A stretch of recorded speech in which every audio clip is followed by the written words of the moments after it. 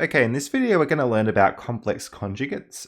It's a simple concept at heart, but it ends up being very powerful. Essentially, if you got this number a plus bi, the conjugate is a take bi. And we've talked about this a lot already when we're getting surds off the bottom of fractions or simplifying division by complex numbers. But now we're going to do it formally. Okay, so with complex conjugates here, we're just going to find the conjugate of this number, for example.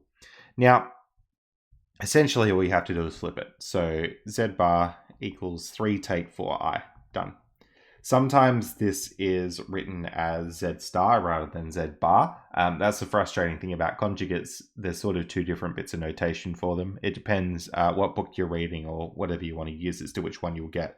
I tend to use the bar, but you'll see the textbook a lot uses the star. The year 12 textbook ends up using the bar a lot though, so it's very confusing. But the point is, if you see either the bar or the star, they're talking about a conjugate. So these are the few conjugates here.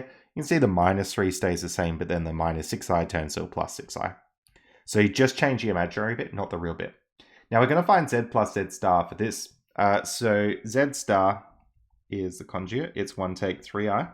And so if I do z plus z star, I'm going to get 1 plus 3i plus 1 take 3i. Now we'll collect up our real bits, that's 2, and our imaginary bits, well, there's none of them, so you just get 2.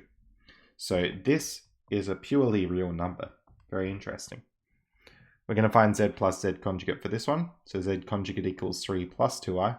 And again, if I work out z plus z conjugate, well, the real bit's 6 and the imaginary bit is 0, so you're just going to get 6. Again, this is purely real. You might want to make a conjecture or something here about, well, z plus z conjugate is always real? Maybe, maybe not. You could test a few and find out.